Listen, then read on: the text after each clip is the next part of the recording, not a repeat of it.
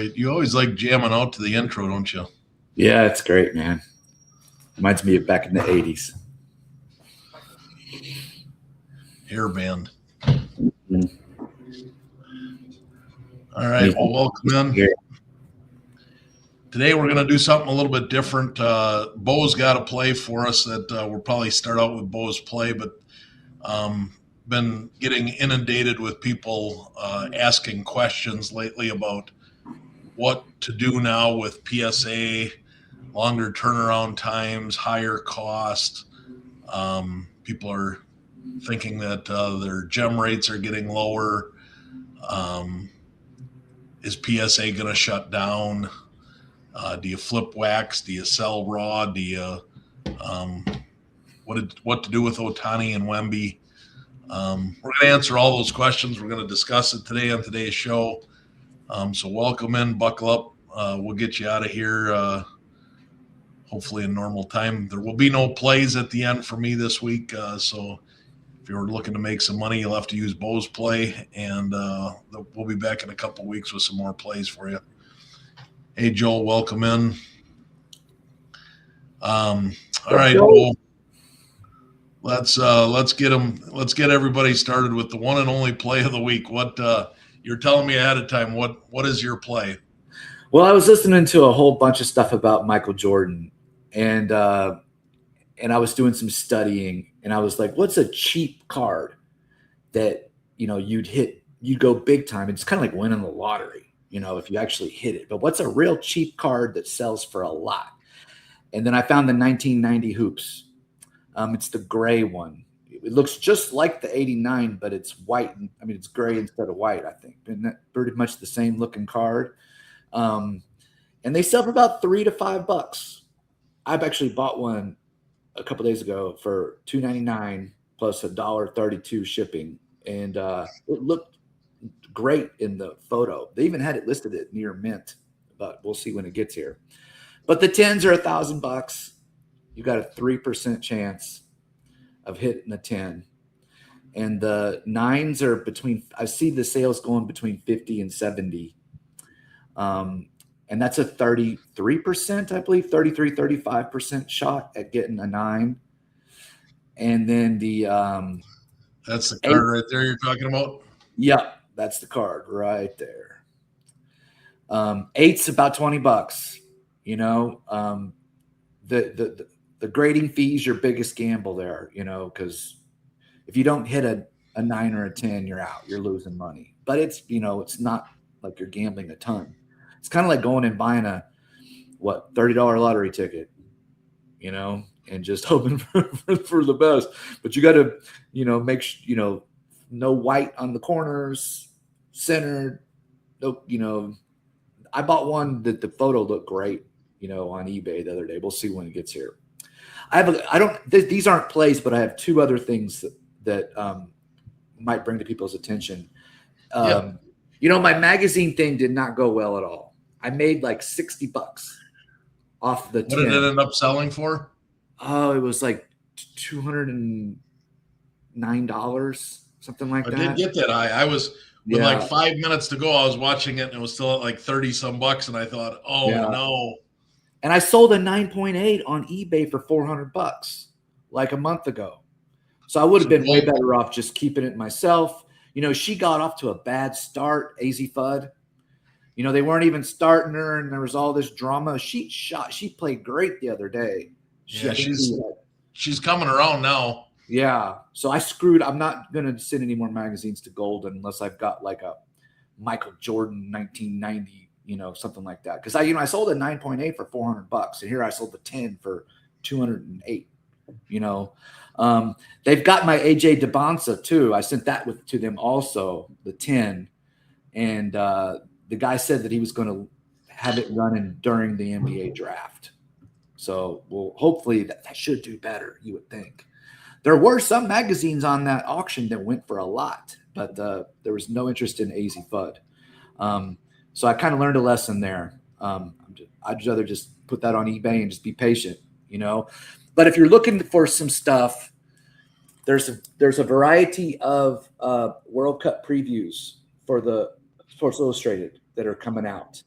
This is the Argentina edition. I got 3 of them. That's they put Pulisic on the American one, and they got some kind of weird art on the Mexican one, and I forget what the French. There's a Mexican, French, Argentina, and USA one. I thought that the Argentina one with Messi was the best bet, so I got 3 of them. Also, I saw it on Facebook yesterday. I managed to buy 3 of them. The New Yorker magazine, that fancy kind of whatever. I've never read it, but the brand new New Yorker magazine that just came out has this real cool artistic thing with Jalen Brunson and then all the legendary Knicks going across the bottom. They've got it on Amazon. There's people on Amazon selling it. There's very few of them around. I don't think they carry that magazine at my local bookstore, but it's really cool, and I think that would probably be a good buy if you wanted to do the magazine thing. Just the New Yorker with Brunson. I think it came out like 2 days ago. You might have a hard time finding it at a store unless you're in New York. I don't really know, but those are my plays and recommendations for today. Nice. So that sucks about the magazine, but it's a learning experience, right? That's how we learn. Golden is not the place for. I guess $1,000 magazine would be considered low end. You got to have a $10,000 one to have Golden be the right place. Yeah. Probably. I also think it was bad timing. Like if it would have went during the draft, it would have done better. It comes out when she stinked it up in the first few games, and maybe that's one reason why I didn't do well, but I should have just been patient with it. All right, so today we're basically going to be doing a discussion. I've got, 6 or 8 questions that I have been getting inundated with my inbox on Instagram. I've been telling everybody just wait for the show and I'll answer all the questions there. So hopefully everybody gets their questions answered. I took the ones that were I only took questions that I had 2 or more people ask the same question of. So the onesies I've already answered. These are ones that I've had 2 or more questions from multiple different people. So the first one, probably the one I got asked the most is, do I think PSA is going to shut down, or do I think PSA should shut down like they did a couple of years ago? What are your thoughts, Bo? It scares me of them shutting down for months. I think they're trying to prevent that. I'm trying to be positive that it doesn't happen, but I could see that there's definitely potential, and I think they got the law. There's I don't know if you listen to that Boston guy on YouTube. He hates PSA, and he's talking Boston about Card Hunter. Yeah, there's all these lawsuits coming in and all this stuff, and it terrifies me. But who knows, man? I think we're going to get some drama for the next year or 2. Yeah, it's self-inflicted. The hobby has done this. First of all, I am not sponsored by PSA, so neither is our show. So when all the haters start responding that I've got PSA tattoos on my arm or something, that is not true. But let's just get the facts straight. First of all, if anybody is to blame, it's not PSA, it's Fanatics. Okay. How does Fanatics play into the problem at PSA? Well, Fanatics promised when they bought out, when they took over and they bought Topps, and they said that they were going to 10x the hobby. They've done just that. They've probably more than 10x the hobby, right? Well, what happens when you 10x the hobby? All things associated with the hobby grow. And that goes for prices. So prices are going up on not only singles, but wax. They're going up for hobby boxes at Fanatics and Topps. It's supply and demand, people. I don't blame PSA for doing anything that they've done. When you hear people saying PSA isn't doing enough, right? Have you heard that? PSA should be growing. PSA should be hiring more people. PSA should be able to keep up. I don't know if people realize this or if they just like to talk out their buttholes or what, but I mean, just stop and think about this for a second. What other business can you think of, like PSA, that is a customer focused business that doubled the amount of output that they could do in a year without sacrificing quality, per se, and get ridiculed that they're not doing enough? What business can grow 2x in the course of 12 to 18 months and still not keep up? That's what's happening at PSA. This isn't a PSA problem. PSA has gone from 800,000 cards a month graded roughly 16 months ago to they're up to 2 million cards a month. That's almost 3x of where they were 16, 18 months ago when you go 800,000 to 2 million, and yet people are complaining. Folks, they're backed up because the Fanatics has 10x the hobby. I think you can also if the hobby got 10x, it's only normal to think that grading is going to 5x or 10x along with the hobby, right? Yeah. I think you can also point the finger at TCG and Pokemon. Yep. That's like 60-70% of the stuff coming in is that, Right. So I'm going to get there. I'm getting there. You're ahead of me. But when the hobby is growing at such a rapid pace, what more could a company like PSA possibly do? They're now injecting $200 million, and their goal is to double in size yet again within 12 to 18 months. Do the math. That means they're going to be capable of grading 3 to 4 million cards per month, not a year, per month. If this $200 million injection works. Yeah. I mean, that's insane, the amount of wax that they're putting out in these little tiny holders, and then we pay a ridiculous amount of money because it's got a number on the top that says it's good. It's Teapot has got that right in the sense that we've all lost our minds over grading cards, okay? But it's where we are. It's what we're doing. It is what it is. But then you inject, so not only has Topps and Fanatics 10x the hobby, now you've got Pokemon and TCG absolutely exploding, right? The 2 million cards a month that they're grading, when you look at the amount of cards that they're grading, a lot of those cards are 60% of them are 70% are TCG. Yeah. It's not even sports cards that are as big of a problem as it is the Pokemon. Now, why is TCG and Pokemon growing? It's because, in my opinion, Pokemon doesn't have parallels. Mm-hmm. They've got a holo and a reverse holo and a foil type thing, but you don't have 30 different variations of the same card. And every card that you can get in Pokemon is the same in an ETB direct from Pokemon or a retail pack that you get at Pick and Save or Festival Foods or Kroger's or whatever your national store is, Meyer Foods, Sam's Club, Costco. You get the same exact cards. There's no hobby exclusives.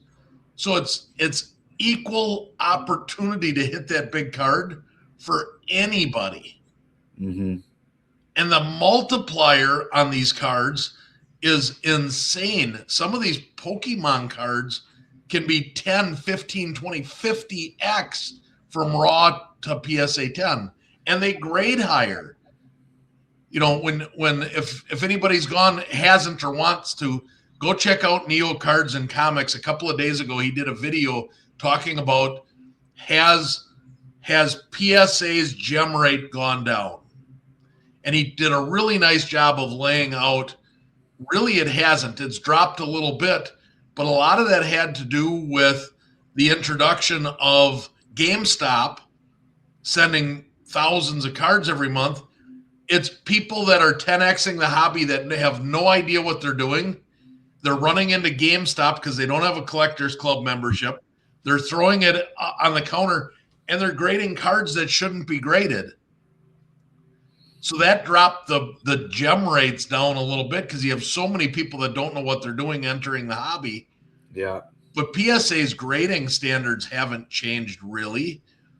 They haven't tightened it up to where, all of a sudden they're grading worse. You look at Pokemon and TCG cards, and they've actually gone up in the last year, the gem rates.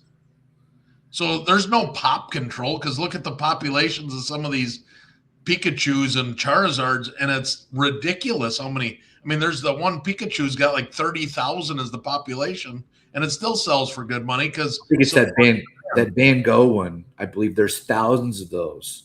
Yeah, and they still bring lots of money. So stop the ranting about PSA. PSA is doing everything they possibly can. Do I like it? No, I hate it. Okay. I liked it a whole lot more. The hobby was more enjoyable for me. I made a whole lot more money when I could turn around submissions in 30 to 60 days. That's where the hobby needs to be for us to be able to fund our PC flipping. It just is. Okay. This 8-month turnaround absolutely sucks. 50 card minimum sucks. So I've been doing this is 43 cards. I'm 7 cards short. So I've got to go through and find 7 more cards now. It's absurd how many cards it takes to get to 50 cards just to make one submission. And then to think that, if you submit them now, you're going to get them back around the first of the year. That's crazy. It's crazy. Yeah. So you got to think more in advance. Okay. All right. Now, if anybody from PSA is watching, I'm about to give my opinion to PSA on how they can fix these problems. My solutions may not be super well accepted by the sports card community either because it raises some prices. But all right, PSA, if you're watching, a couple of different things we can do to shorten these up. Instead of closing down, I think closing down would be the absolute worst thing for the hobby, the worst thing for PSA. I think they know this, and I don't think that there's any chance of them shutting down. I really don't think so. First of all, temporarily suspend group submitters, including GameStop. When did they get this backlog of cards? About the same time that they started allowing GameStop to send in millions of cards from all over the country. Stop and suspend all group submitters, including GameStop. It doesn't have to be a permanent stop.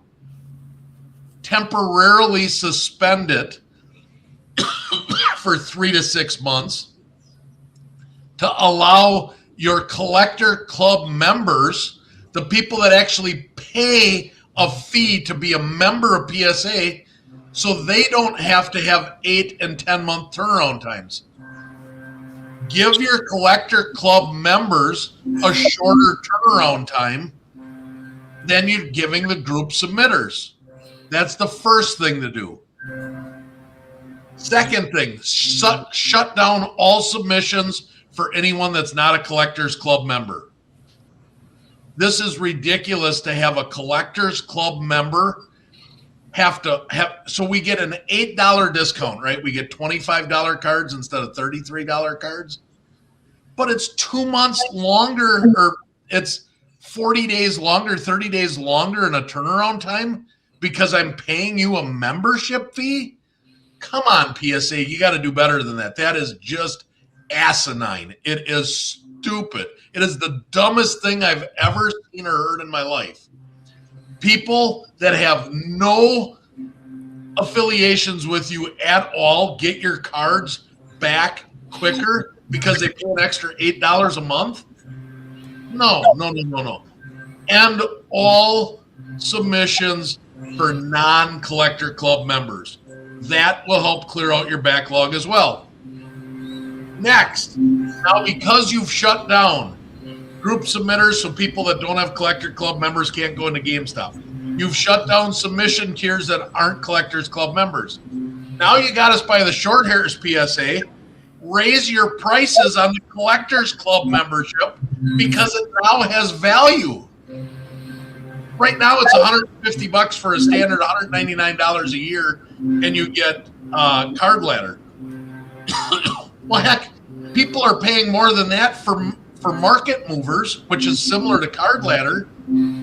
So really all they're making you do is they're paying a membership fee to get Card Ladder, which they own.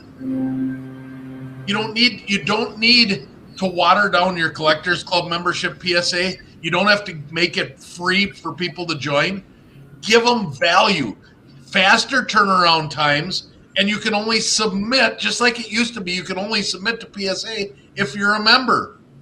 Then you can raise the Collector Club price membership, double it, triple it, I don't care. Make it $4.99 a year. If it's the only way you can submit to PSA, what are people going to do? They're going to pay the $4.99. This is the dumbest member, this is the worst run. The CEO at PSA, Nat Turner, whoever you have making these decisions, you need to fire their ass now because they are dumb as can be. They are stupid. This is basic economics. You don't have to be smart to figure this out, PSA. Reach out to me at any time. I'll solve your freaking problems. All right? Now, you have no group submitters. You have no, right now, shut down temporarily. You have no way to submit unless you're a Collectors Club member. You now raise the prices so you're getting more for the Collector Club members, right? This is going to drastically reduce the amount of cards coming in the door, which is what they're trying to do with raising these prices, right? You're going to make it a premium product because you have to have a membership to grade there. The membership is no longer free because you got to pay $4.99 a year to have something substantial in order to do it. When you get caught back up, you do these things, you fix your problem, you're caught back up in 3 months, 4 months tops. It's not going to take you 8 months to clear out the backlog because you're going to drastically reduce submissions. When you get to where you think you've got a 30 to 60 day, like you're ready to open the pipeline back up, then you can open it back up to the GameStops of the world and the group submitters, but stop giving group submitters discounted prices. That is asinine. Why would you allow non-Collector Club members to go and join other non-Collector Club members and get cheaper rates and faster turnaround times? You're destroying your brand. That is dumb, PSA. Stop it. Stop it now. Group submitters are a good thing. They are a great thing for business. I'm not saying you got to end group submitters. Raise the prices on group submitters. Flip-flop it. Make the $33 a card for group submitters for people that are not Collector Club members.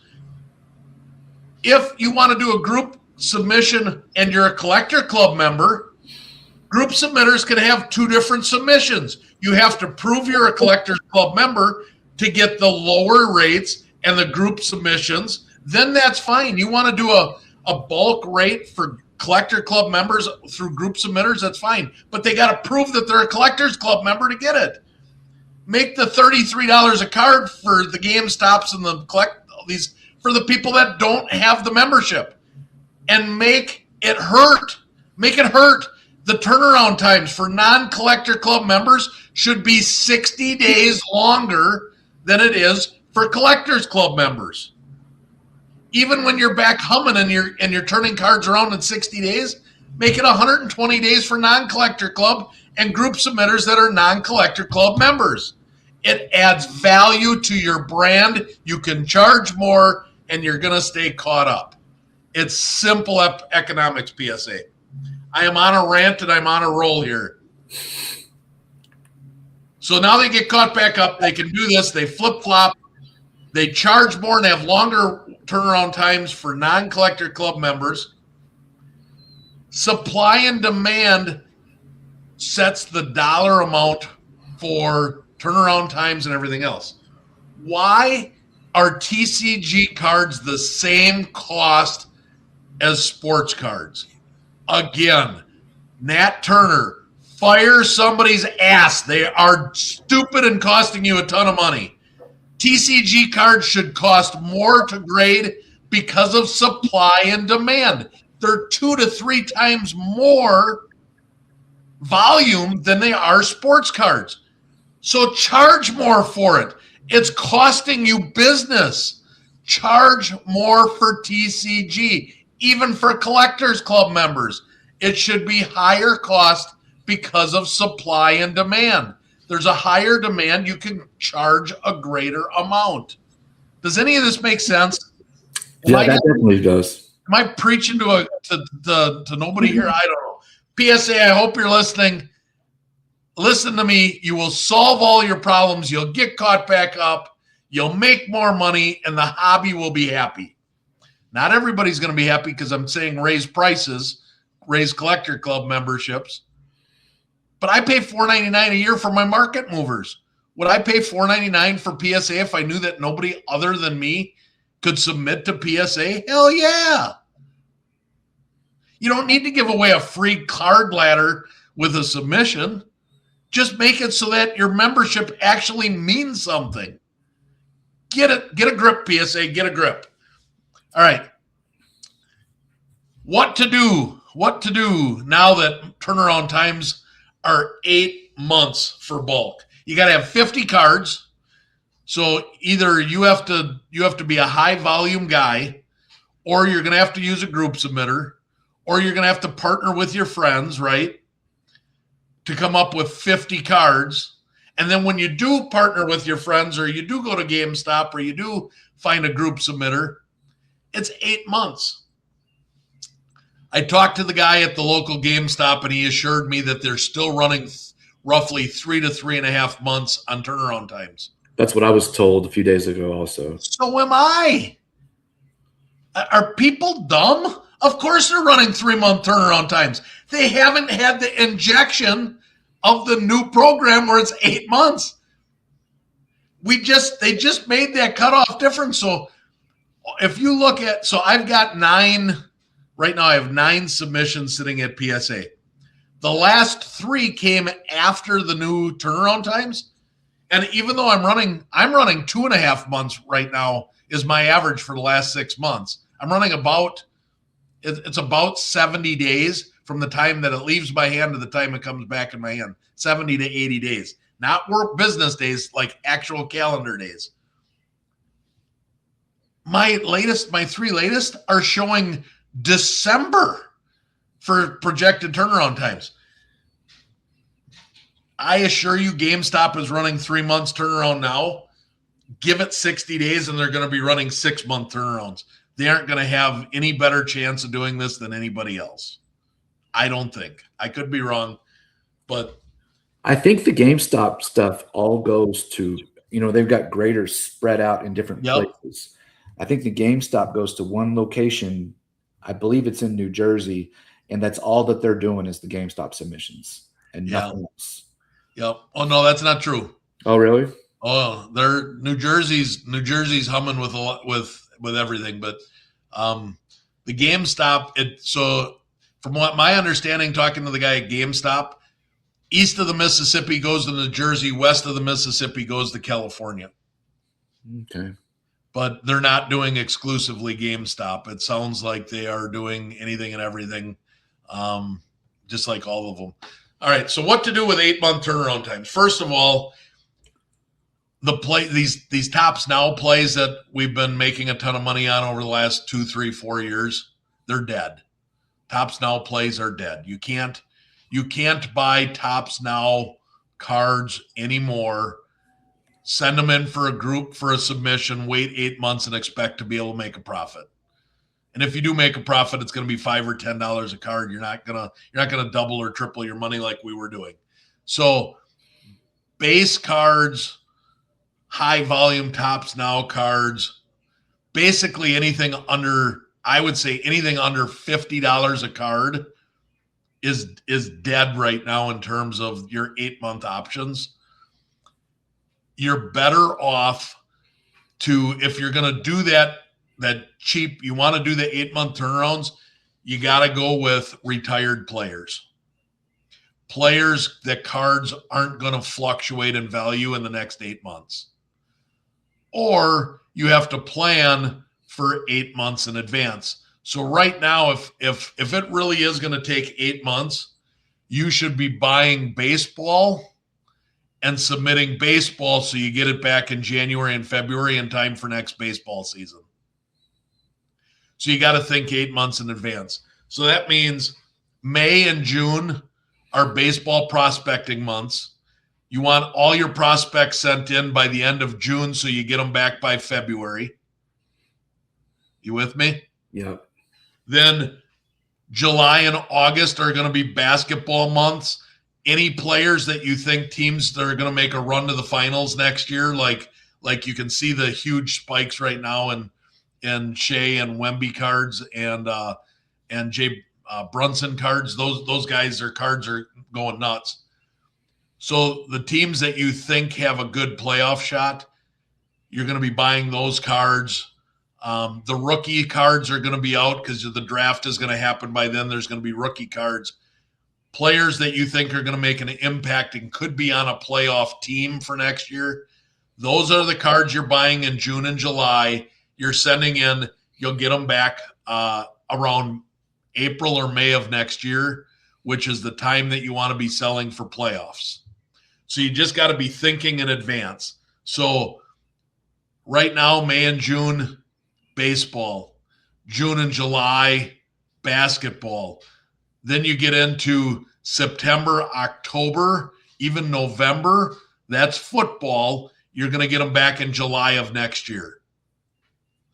So that's really your window now, is you're looking at buying baseball now for spring, basketball this summer for next spring, later spring. Then you're buying football this fall for the following training camp for August. What about like Bowman first college football quarterbacks that you think are going to get drafted? Like I've been buying, like this Darian Mensah, who went to Miami. I see him as a potential first round pick, so I was planning on getting those sent off on my next order that I do. Yeah, that's fine because you'll get them back around the first of the year if they're in bowl games. Yeah, it'll be perfect timing for bowl games. If it's not for bowl games, you're still going to get them back in plenty of time for the draft next year. So really, you've got from now until probably October to buy the players that you think you want to have for that football draft of next year.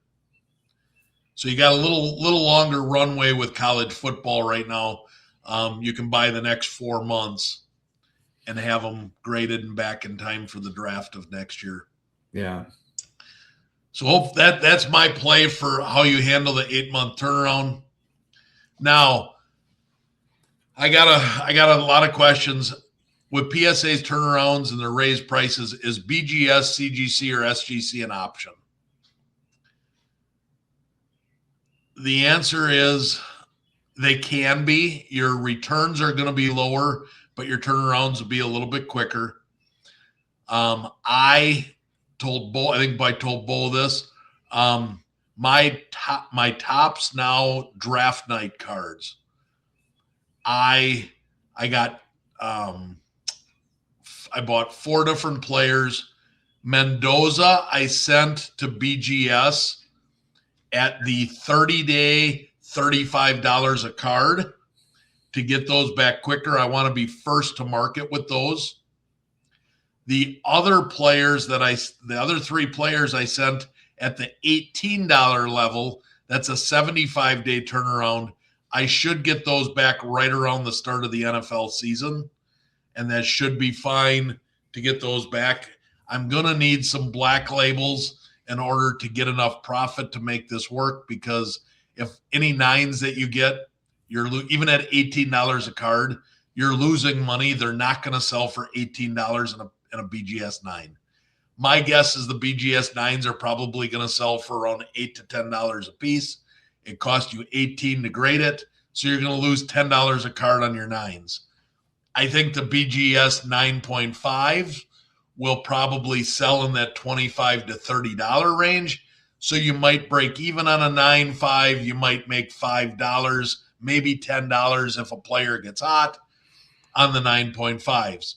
The 10s, if you get any gold 10s, those you're probably going to double your money on. And the black label 10s, you're going to 3, 4, 5x your investment. So you're going to need some gold label 10s, and you're going to need some black label 10s out of your submission to make BGS a viable play, but it is possible.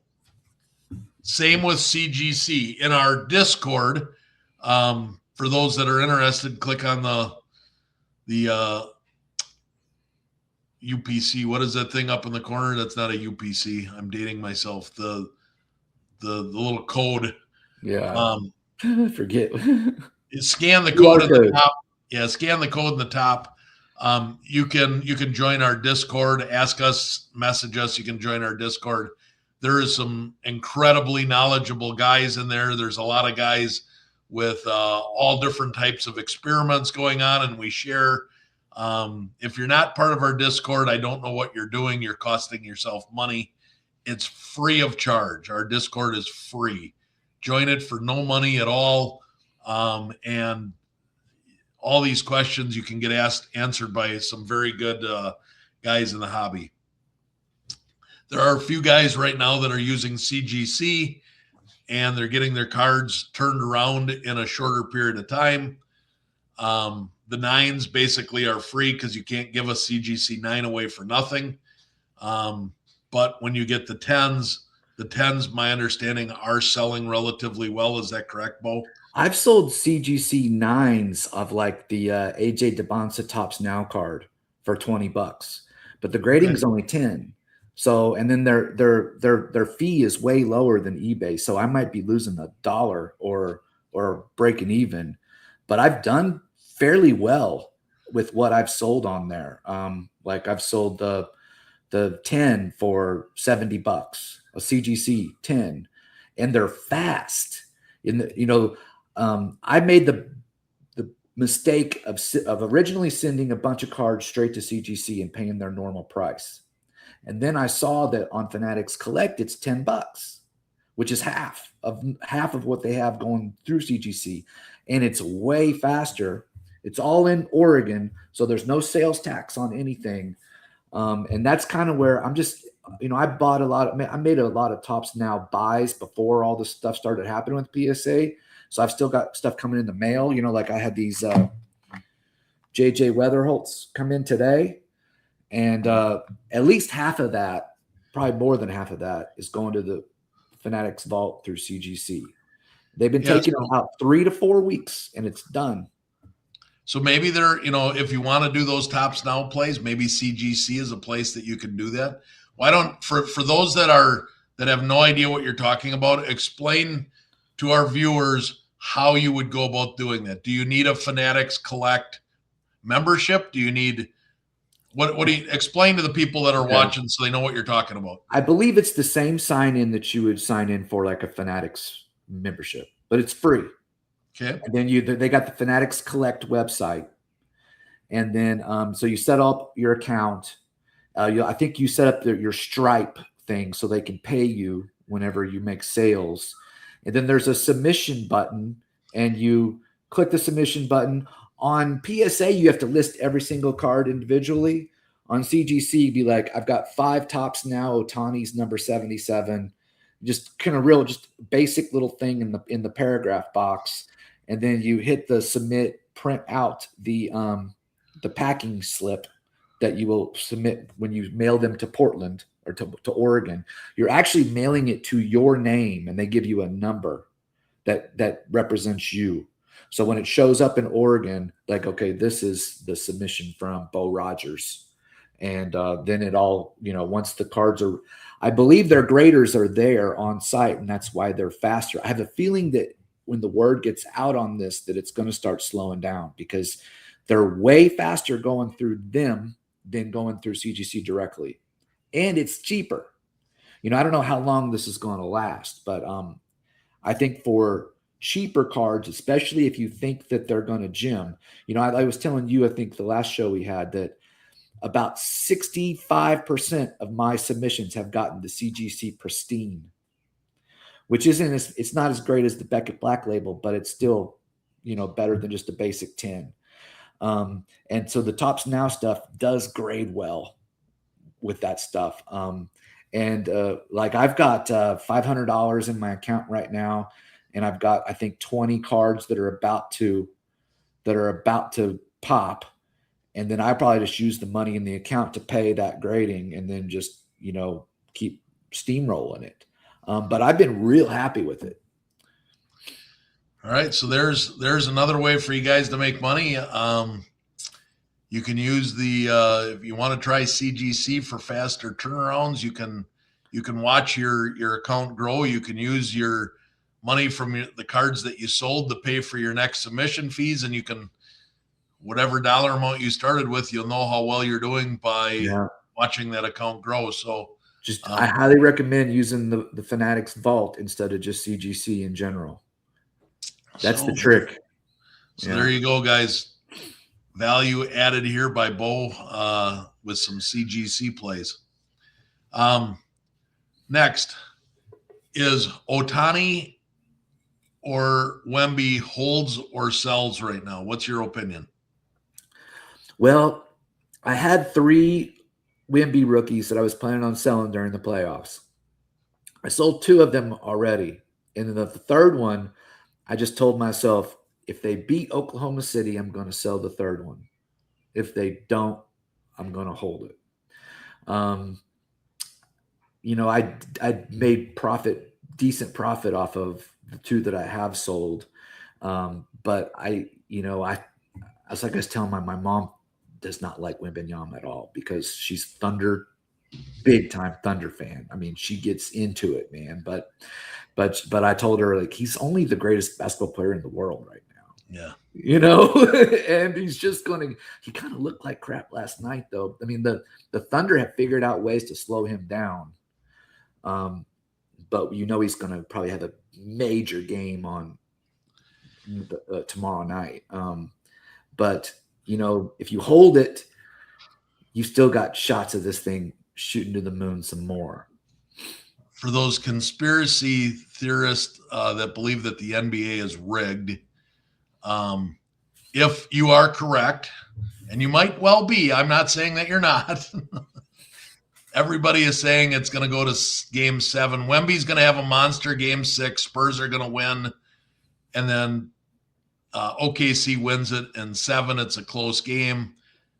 Wemby's time isn't quite yet. He made a catapult this year to get him to the finals. All the conspiracy theorists are saying that next year will be Wemby's year to finally win his title, but they want to get OKC another one this year. We'll see if that happens, but that could very well be the case. But I think that if Wemby shows out good in game 6, plays decent in game 7, and they lose, I think you'll see his stuff soften a little bit, but I don't think it's going to be a catastrophic fall like a lot of the other cards typically do. Mm-hmm. I think you could see De'Aaron Fox cards take a big hit. I think Castle could take a hit. Harper's cards could take a hit in the offseason, but I don't think Wembanyama's dip much.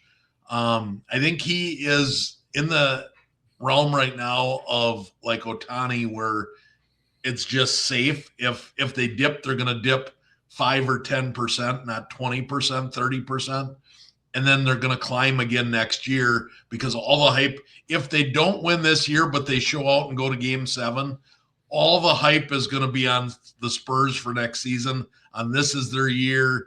And I think Wemby prices start high and they just climb all next year.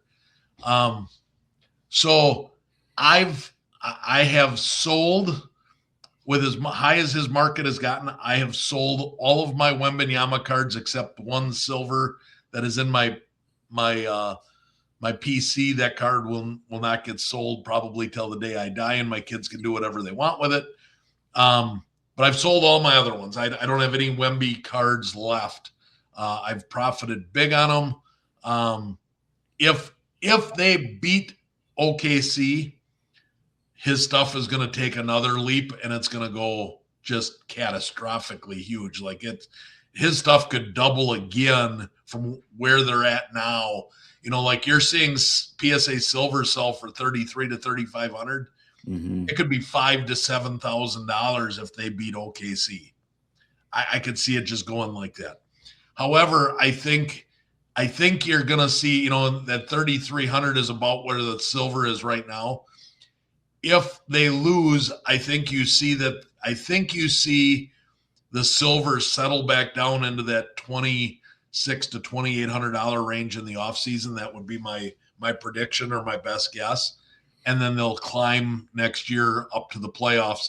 And I think by the playoffs next year, you could see his silvers 4K plus.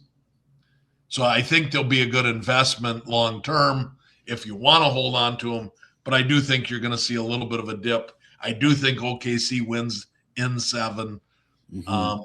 And that's where we're at. As far as Ohtani goes, Ohtani is pitching unbelievable, but he ain't hitting for crap this year. He's very average with his hitting. If he can get his hitting to come around to match his pitching, I think you'll see his cards rise again. Right now, they're pretty flat, flat to a 5% dip. So I think that's where he's going to stay until he starts to hit the ball. His pitching last year, his hitting kept his cards high. This year, his pitching is keeping his cards high. If he has another season where he puts both sides together, you could see his stuff go up some more. So if you have Ohtani stuff now, if you need to get out of it, you can. But I think you can hold and hope for him to start hitting for his prices to go back up. That's where I'm kind of at with Ohtani. They're probably still the favorite for the World Series too. If you've got they have too much salary at this point for them not to be the favorites, even with them struggling a little bit. I'm more worried about what if there's a strike next year, how much that's going to hurt baseball stuff in general, because it looks like it might be almost inevitable of it happening. But we'll see. Yeah. If there's a strike, I don't think Ohtani stuff is affected much. Right. I mean, I think Ohtani and Wemby are the two biggest superstars on in the whole, though Messi in there too, Caitlin Clark. Yeah. Yeah. All right. Next question. Do breaks make more sense now that it is almost impossible to buy hobby or jumbo boxes direct from Topps? My answer to that is no. I don't like breaking. If you want to blow some money and take a chance and you got a little bit of discretionary income and you want to do it for fun, go right ahead. But if you're trying to acquire inventory to grade and flip, you are going to lose in the long run doing breaking. It's not in your favor. Yeah. I don't mind breaking if people want to do it and they have the money and they're doing it for fun and entertainment. Great. If you're doing it as a strategy to try and get cards to flip, that's suicide. It's financial suicide. Yeah. So you're really regulated to retail boxes at this point because the breakers are buying up all the product. 1% of the hobby is getting a little taste of these EQL things. They let 1% of the product go so a few people can say they got it, and then everything else goes to the breakers. I don't see that changing anytime soon. It's how Topps and Fanatics wants to operate. So there's nothing we can say or do that's going to change it. Boycotting isn't going to help because the breakers are buying it anyways. If you really want the hobby to come back to have the opportunity to buy hobby and jumbo boxes again, everybody in the world needs to stop buying into breaks. If everybody just cold cut stopped buying into breaks for the next 6 months, breakers would go out of business. and hobby boxes and jumbo boxes would become affordable again. Yeah. The problem with that is the whole ecosystem would crash because breakers right now are what's propping up the hobby with the resale values, because not only are they breaking new product, they're also breaking repacks. So our whole hobby and everything that we're doing, we can buy and flip because of the demand of breakers. So if you did away with breakers, you could get hobby and jumbo stuff again, but it wouldn't be nearly as fun because there wouldn't be the demand on the other side. So it's a very delicate ecosystem. I'm not anti-breaking. I just wish that they would. I wish that Tops and Fanatics would say, all right, we're going to print 4 million boxes of these cards. 2 million of them go to breakers. 2 million of them go to general public. Limit 1 box or 2 boxes per person. So one guy can't go in and buy them all, and then you see them at the show flipping for 2 to 3 times. There's a way for them to fix that as well. They just need to limit the amount of stuff. Breakers can afford to buy the product on the secondary market.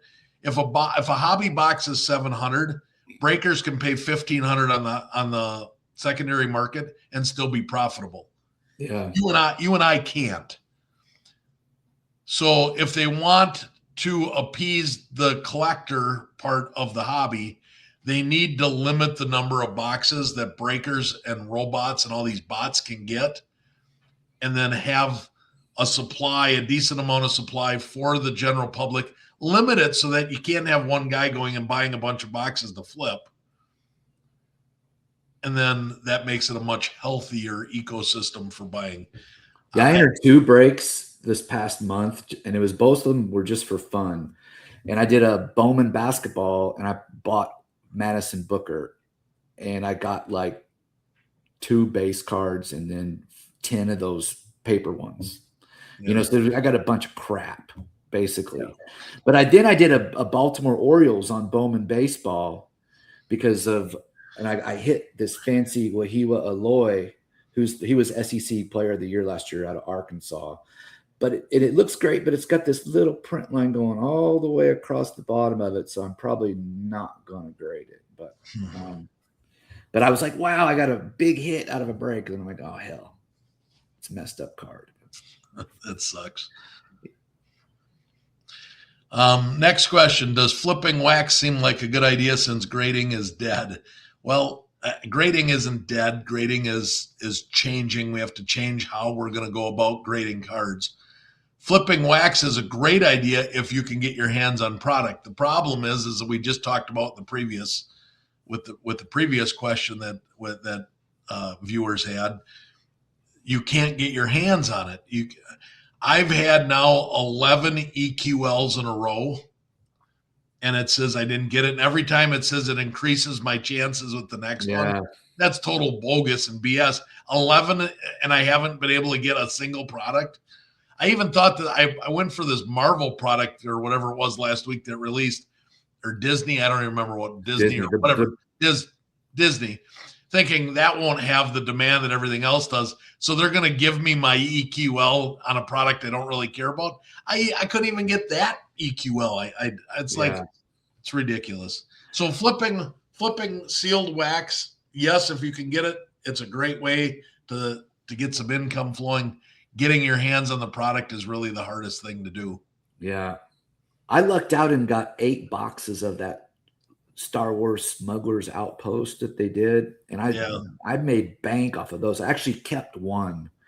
I weighed every box after I got them all, and there was one that was significantly heavier than all the rest of them, and I just kept that one. I don't know. I'm probably not going to open it, but it's tempting me to want to open it. It's got a memorabilia card in it of some sort. Yeah, they have these like thick metal cards. I think that's probably what it is. Yeah. But I think on Tuesday or Wednesday of next week that Topps Chrome Marvel Comics comes out, and I'd like to try to buy a case of that because I think the Marvel stuff's going to shoot to the moon this year and next year with all the big blockbuster movies coming out. Yeah, I think Marvel is an area that's going to take off as well. But I'd much rather invest in that than Pikachu. yeah.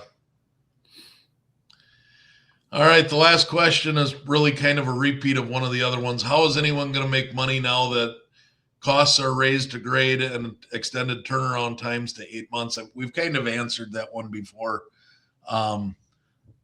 You just you have to adapt. Okay. I know a lot of us don't like change. Change is difficult. Change is evil, but change is necessary if you're going to continue to make profits. Um, I'm not going to share what's going on in my life right now, but I was telling Bo, I have some life things going on right now that are drastically affecting my ability to do cards to the point where it may come to at some point in time here in the near future. I may need to take a break for a short period of time until all that stuff gets squared away in my life. But if you want, every year I've done this, I've made money. Okay. And that dates back, I don't know how long I've been doing this, 25 or 30 years. There's always a way to make money. You just have to look for the opportunities. Stop being negative and stop complaining about what once was that is no longer, and look for where the opportunities are at and embrace the opportunities, and you will continue to make some money in this hobby. So maybe that's using Fanatics Collect and CGC. Maybe it's flipping wax. Maybe it's flipping singles raw. Years ago, before grading became so popular, that's what we did in the hobby. We flipped raw. You'd buy a card, you'd hold it, and you'd flip it raw. You either have to wait for somebody to do something great for their cards to have a spike in their value, or you have to buy in the off season and sell during the peak season. You can buy, like right now, you can still buy football cards relatively reasonably, and they're gonna go up in value between now excuse me, and the start of the season. They just are. They might not go up a ton, whether it's a graded card or a raw card. They might go up 10%. Now, if you're using eBay and they're charging 13%, you lost 3% when you get a 10% up, so you got to be careful. But you can flip cards raw. You can still grade cards if you think 8 months out. I personally am doing a little bit of everything. So as you can see, I'm putting together a 50 card submission that is going to get mailed off here within the next week. So I'm planning, these are almost all baseball. So these are, a crap ton of Otanis and stuff like that. But it's almost all baseball. Some Andrew Fisher, some Ethan Holidays, just a ton of baseball. It's going to be a 50 card bulk submission of baseball, because I'm going to get it back around the first of the year, according to the 8-month turnarounds. And I'm going to be ready for spring. And I'm going to have 50 cards that I'm going to make bank on coming in spring. I'm going to buy football cards that I'm going to plan on flipping at or around the National. I'm still buying football. I'm still buying cards to grade, raw to grade, but I'm thinking about it with what I'm buying right now.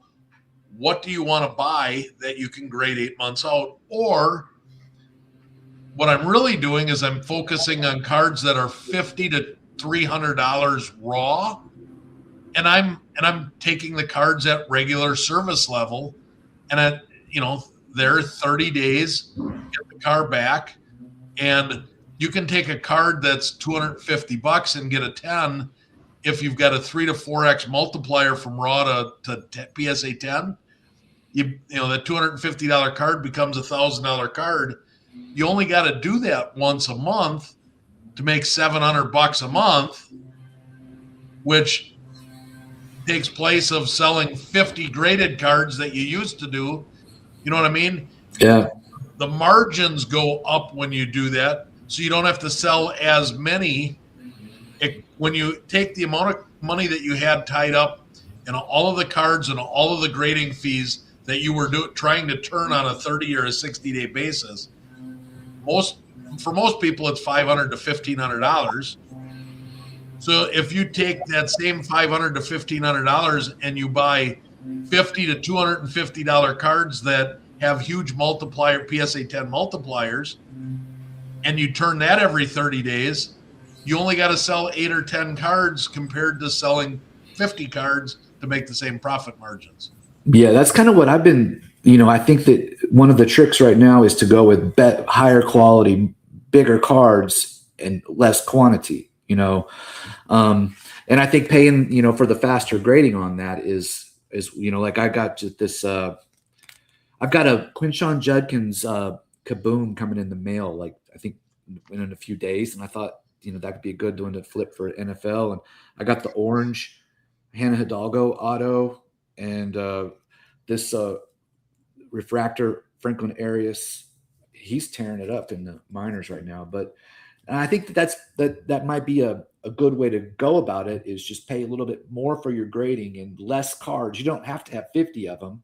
If you've got, I'm maybe even going with like $500 cards or stuff that, a little bit higher than that even.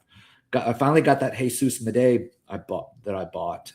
It hasn't shown up yet, but that's going to be one that I'll, do the more expensive grading on to get it back quicker. I did get my blue X-Fractors back in the mail yesterday. I took all of my doubles that I had. I'm trying to put an X-Fractor set together. Oh, I'm wow. still old school. I love collecting and putting sets together. So I'm working on a base set. I'm working on an X-Fractor set. And all of my doubles I went and sent in. So there were 46 cards from when I ripped that case last year.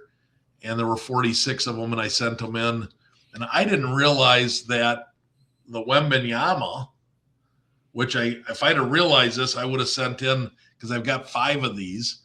I would have sent more than one. Did you realize that this X-Fractor, it's a third-year Wembanyama, it's a blue X-Fractor, they're selling for $75 raw? Yeah. Raw. Yeah. I couldn't. The regular X-Fractor is not selling for anywhere near that. So I have one of those. I have one of those through Nash Cards right now. A blue X-Fractor? Mm-hmm.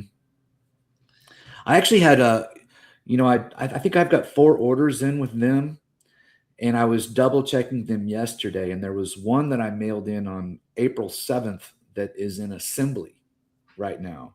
The other 3 are still in research and ID, but some people are talking them up like they're the solution right now. I don't know. I haven't seen it firsthand, but I'm trying to, I'll report back on it, actually how quick it is. Yeah, so I've got, to give you an idea of mine. So right now I have a 20 card bulk Pokemon order. None of them are mine. They're all from a couple of friends of mine that I helped submit for. Submitted on March 10th. That is still in research and ID. I have a bulk sports card order submitted on April 7th, 21 card bulk sports card order. Submitted on April 7th. It's in grading. I've got a 22 card bulk sports card order submitted on April 22nd in research and ID. I've got a 1 card LeBron refractor, chrome refractor. It's a 3rd year LeBron James Topps chrome refractor. Submitted April 14th. It's in Q&A. I've got a 2-card order. Wayne Gretzky rookie and a Jackson Dart orange, numbered to 9. Submitted May 4th, and it is already in assembly. Then I've got an order that a 21 card bulk order submitted on May 14th.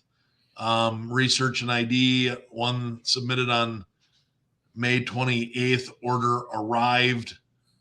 I'm sorry, May 28th, 26th. Gosh, I need my reading glasses. May 26th. The 6s look like 8s without my reading glasses. May 26th arrived. So that one just arrived there yesterday and they checked it in. And then I've got, for a friend of mine, I've got a 2-card order. I've got a Bobby Witt Super Refractor 1 of 1. Oh, wow. And a Wembenyama Bowman Rose Gold numbered to 15. Sent those in regular order on May 20th, and they are already in assembly.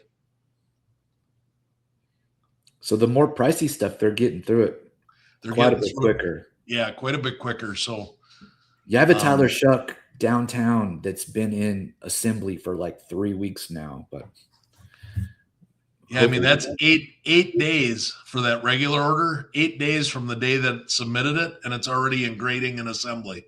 Mm-hmm. So, I mean, that stuff is moving pretty quick. Yeah. So you just got to go bigger dollar items, you know? Yep. I think that's what we do in this, period of time when if you're going smaller dollar items, maybe you take a look at doing the 10, 20 day turnaround with CGC and Fanatics Collect. Mm-hmm. If it's $10 a card, kind of almost can't get burned on that. So, yeah. All right. Well, you got anything else? One thing. I'll just show you this just for fun. I bought a couple of these from Costco. It's the Don Russ soccer boxes, and then that you get one big jumbo kaboom in each box. And I opened one last night with my mom. I didn't really get anything all that great, but when I got the kaboom, it's messy. I hit the big messy. And then I looked on eBay and these things are selling for like $250. So I've got to buy the sleeve and the top loader for it. And I haven't figured out exactly what to get yet. I was looking last night on the internet. I'm like, I got to get something to put that in. And BCW Supplies has them. They're like, I think they're the 5x7. Yeah. Okay. Yeah. So I wasn't quite sure. I needed to measure it and go do that. But hell, I might flip that messy during the World Cup. I mean, heck yeah. I kind of want to keep it, but people have been hitting the Kaboom cards out of those boxes. And I think that the only way you can get them is through Costco. They're a fun rip. So here's an idea for you. Put it in a one touch, a 5x7 one touch or something. Bring it to the National and exchange it for a standard size, throw in a couple $100 to boot and trade somebody at the National your oversized kaboom for a regular kaboom. Oh yeah. I'd love to do that. I think the regular ones are like $2,000. Well, I said a couple bucks, Yeah. Gotta throw in a few bucks. When I was opening it up, I was like, okay, it's got to be the Lamine Mall or the Messi. And then I see Lionel on the back. Right when I opened it, I was like, yeah. Sometimes you can have some fun ripping. Yeah, for sure. Yeah, and those are relatively cheap, aren't they? Like I think they were like $55. What's that? I think it was $55 a box. Yeah, I thought they were right around $50. So yeah, I don't have a Costco within like 100 miles of me, but I've never, but I just have this stuff sent to me. I'd like to go to the one in Tulsa sometime and actually get the card and everything. All right. Well, hope you guys enjoyed the Q&A session this week. Sorry there weren't more plays, but